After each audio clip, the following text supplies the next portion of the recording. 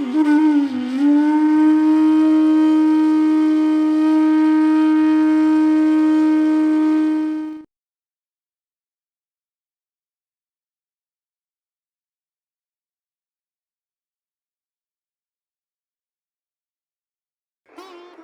રાગ, વસંત રાગ, આ બધાની એક નજાકત છે. નો ડાઉટ બધા રાગ સરસ, ઠાકોરજીમાં અંગીકાર થાય. પણ આપણામાં તો કેટલું સૂક્ષ્મ ધ્યાન રાખવામાં આવ્યું છે. ગોવિંદ સ્વામી એકવાર યમુના કિનારે બેઠા બેઠા ભૈરવ રાગ ગાતા હતા. ભૈરવી કે ભૈરવ. હવે ત્યાંથી રાજા નીકળો. હવે ગોવિંદ સ્વામી જે લીલાના દર્શન કરતા હતા એ લીલામાં તન્મય હતા. યમુનાજીમાં તરંગ ઉઠતા હતા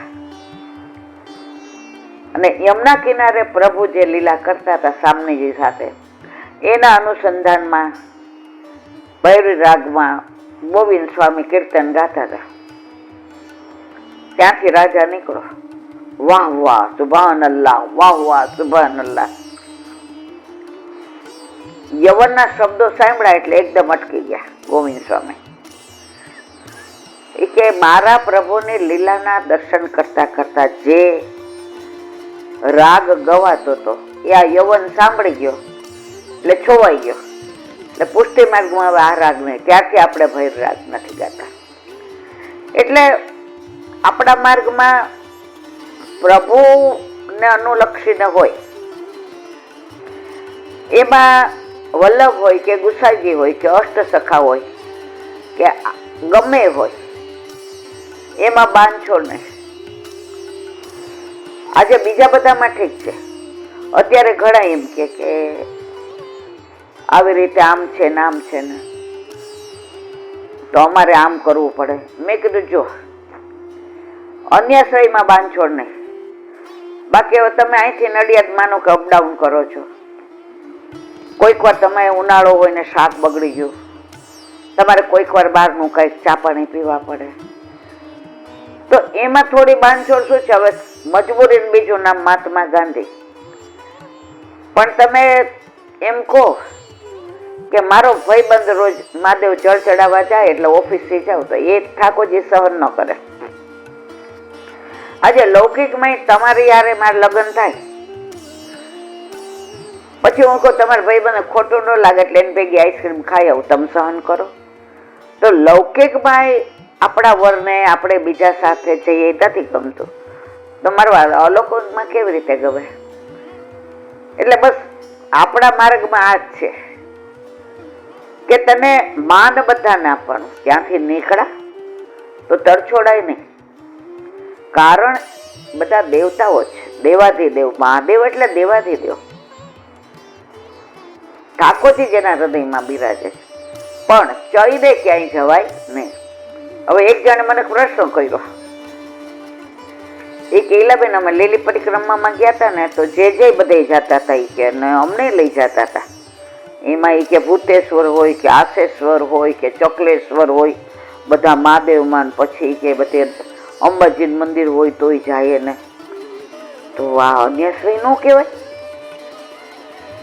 મને હસવું આવ્યું. મેં વાત સાંજ જે નવા વૈષ્ણવ બન્યા હોય ને, જેના અન્યાશ્રય માટે થઈને ડર લાગતો હોય, એની રીતે સાચા છે. મેં કીધું સાંભળ, વ્રજમાં જે બધા દેવ દેવતાઓ આવ્યા છે ને, પ્રભુને શરણે આવ્યા છે. જ્યારે પ્રભુએ બધાને બોલાવ્યા તો પ્રયાગરાજ નો આવ્યા. એ કે હું તો બધાનો બોસ, હું તો હેડ ઓફ ધી ડિપાર્ટમેન્ટ બધા તીર્થોનો. ઠાકોરજી કે વ્રજમાં તો હું બોલાવું ને તો બધા આવવું પડે, અમારું ઘર છે. તો પ્રયાગરાજ બધા તીર્થોને લઈને આવ્યા અને બધાને સનાથ કર્યા. એટલે જ્યાં ઠાકોરજી માટે આ બધા આવ્યા છે એટલે આપણે જઈએ છીએ. આના બીજા ઘણા કારણો છે. ઘણા એમ કે તમે ચારધામ કર્યા? મેં તો ના. એ કે હાય હાય, મેં તો અમારા વ્રજમાં તો અમે 3 વાર કર્યા. 3 વાર લીલી પરિક્રમામાં છે, ગંગોત્રી, યમનોત્રી બધું છે, અને 3 વાર કર્યા. મને કે એમ નહીં. મેં કીધું એમ નહીં એટલે કેમ? એ કેમ નહીં, ઓલા હાચા. મેં કીધું આ ખોટા એમ. મેં મારા વાલા અહીંથી ત્યાં આવ્યા છે પુષ્ટ થઈને. પણ જે અન્ય માર્ગી હોય ને એની સાથે બહુ ચર્ચા ન કરાય. એની શ્રદ્ધા એમાં છે ઓકે. પછી પૂછે એ કે હવે રોડ માર્ગ થવાનો ચીલાબેન અમે જાય તમારે આવું? મેં ના. એકવાર જિંદગીમાં મેં સાચી વાત છે, પણ અમે 3 વાર મનમાં કીધું કરી લીધા, હવે અમારે ક્યાંય આવવું નથી. તો હવે વર્ષા ઋતુની શરૂઆત. આજે એક સરસ પ્રસંગ વલ્લભપુરનો સાચો બની ગયેલો સાંભળો. જૂનાગઢ વાળા નિત્ય લીલાસ પુરુષોત્તમલાલજી મહારાજ મેંદરડા ગામ,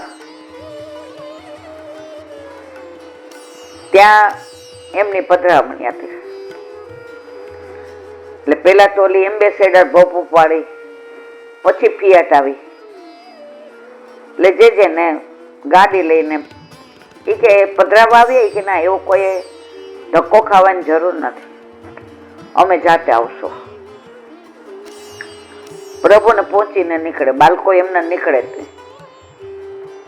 અને રાત્રે પાછા, એટલે કે અમે આવશું. હવે ત્યાં પધાર્યા વચનામૃત ને, ઢાઢી લીલા ને, મહાપ્રસાદ ને, તપેલી ને. હવે ગામમાં એવો હરખ, એવો આનંદ. ચારે બાજુ તમે જુઓ તો ગુલાબજળ છંટકાયેલા ને, બદનવાર ને, આસોપાલવના તોરણ ને, ઢોલ તમામા ને, ઢાઢી લીલા વાળા આવેલા ને, વૈષ્ણવો બધા કેસરિયા ને, લાલ ને, લીલા ને, પીળા ને. તમે જુઓ તો ચારે બાજુ વાતાવરણની અંદર એક વલ્લભ ને વૈષ્ણવની સુગંધ. હવે જે વચનામૃત સ્ટાર્ટ કર્યા, ત્યાં ગામમાંથી સમાચાર આવ્યા કે જલ્દી ભાગો ને ઘર બંધ કરી દો, બારવટી આવે છે. એ જમાનામાં બારવટિયાનો જોર હતો. એ જ્યાં ત્રાટકે એ ગામ ખાલી કરી નાખે. અને જો બારવટિયા સારા હોય તો એ ત્યાં પીપ મૂકી દે કે બધાય પોતાનું બધું દઈ જાઓ, જીવ બચાવવા બધાય બધું દઈ જાય અને ગામને લૂંટીને વયા જાય.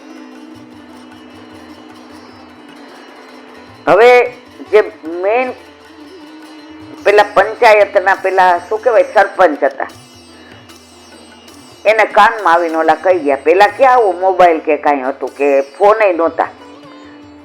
પેલા તો તાર આવતા, ખબર છે. હવે એને બાજુવાળાને કીધું શું કરવું છે. એટલે આમે જો હંમેશા આવી વાત હોય ને એને વાર ન લાગે. ડુંગળીની વાત જલ્દી છવાઈ જાય, કેસરની આવતા વાર લાગે. હવે જે તો અંતર્યામી વલ્લભપુરના પ્રભાવની વાત કરું છું. એટલે જે ત્યાંથી એને કીધું શાંતિથી બેસો, આ ગામમાં કોઈ બારવટી આવવાના નથી,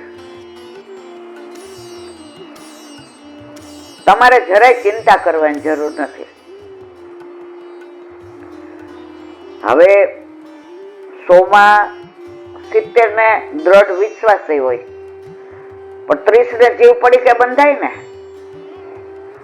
પણ જેજાની વાણીમાં જે એક દ્રઢતા હતી કે નહીં જ આવે. વચનામૃત સરસ રીતે પૂરા થયા, બધાએ પ્રસાદ લીધો, જે તપેલી કરી તે ઢાઢી લીલા ચાલુ થઈ. સવાર ક્યાં પડી કોઈને ખબર ન. બારવટિયા 2 વાગ્યા પછી ન આવે, એને બીક લાગે. સવારે જેને વેલા વિજય થવાનું હતું, કારણ ઠાકોરજી રાહ જોતા હોય. ઠાકોરજી સવારે મંગળામાં જે કે મારી રાહ જોવે, એટલે હવે મારે વિજય થવું છે. એટલે જેવી ઢાઢી લીલા પૂરી થઈ 3:30, એટલે સ્નાન કરી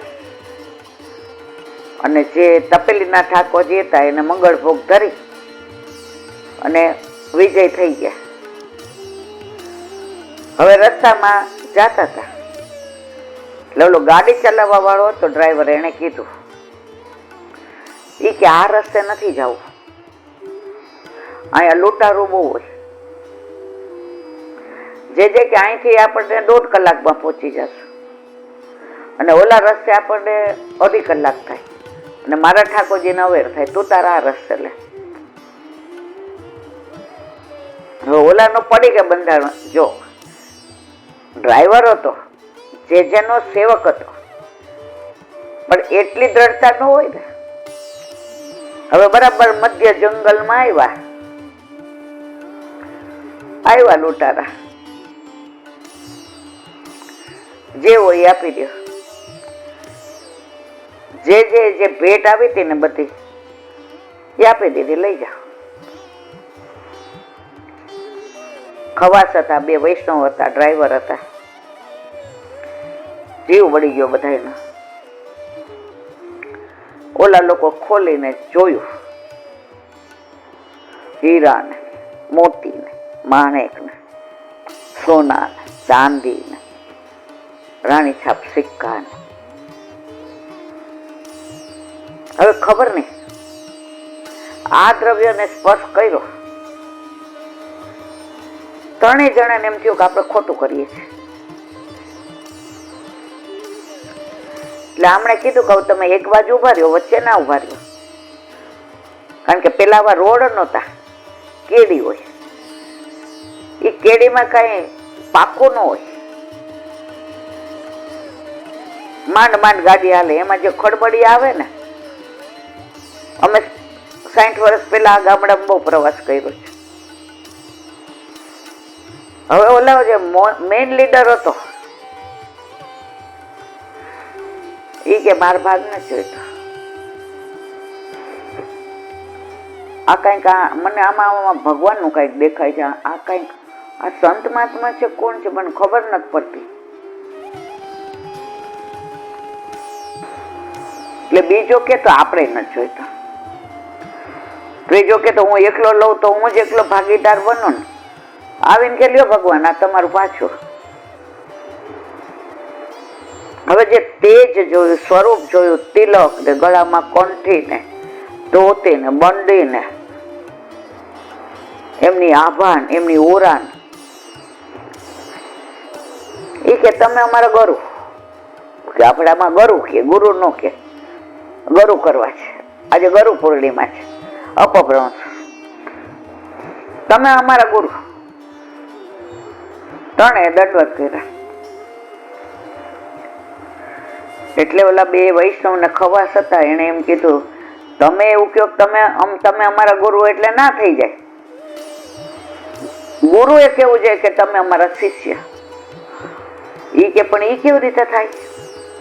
ઈ કે ત્યાં આવવું પડે મુકામે, અમારો બંગલો ત્યાં. ઈ કે અમને લૂંટારું ને તરત પકડી લે. જે કે આવું ક્યાં તમે લૂંટારું છો? હવે તમે લૂંટારું નથી, તમે માર લૂંટો. ઈ કે ભગવાન લૂંટો પાછો આપ્યો ને. ઈ કે હા. એ કે હાલો 3 ઘોડા ત્યાં લઈ લ્યો. ભગવાન પછી અમને પકડી લેશે જેલમાં. ને રાજા અહીંનો કેવો, તમને મારા પર વિશ્વાસ? હા. 3 આવ્યા વગર ઉપવાસે. 3 સ્નાન કર્યું 108 ઘડાથી. કુવામાંથી આ જે વૈષ્ણવ હતા એને સીંચી 108 ઘડાથી સ્નાન કરાવ્યું. આવી જાવ અંદર. હવે એ લોકોએ તો ઓલા લૂંટારાનો જ પહેર્યું હોય, આમ બુકડી ને બધી. એ કે હવે એ કપડા નહીં અડવાનું. અમારી પાસે બીજા ક્યાં? જે એના 3 પ્રસાદી ધોતી બંને દીધા. એ કે ભગવાન આવું પહેરતા ન આવડે. ઓલા વૈષ્ણવને કે પહેરાવી દીધું ઉપરનો તિલક. એ કે ઓલી ગળાનું એ કે જે હવે તમને આપશે, પછી તમારે કાયમ પહેરવાની.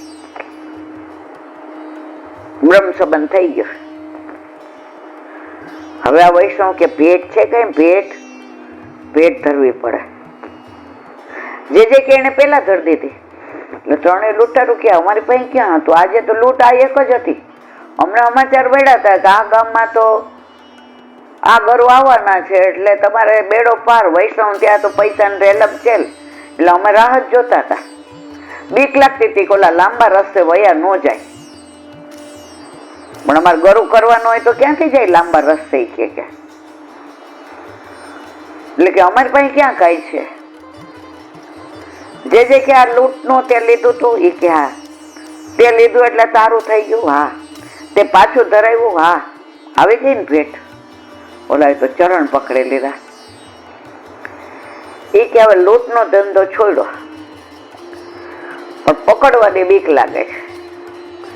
એ કે હવે તને કોઈ તારે ઊની આંચ નહીં આવે.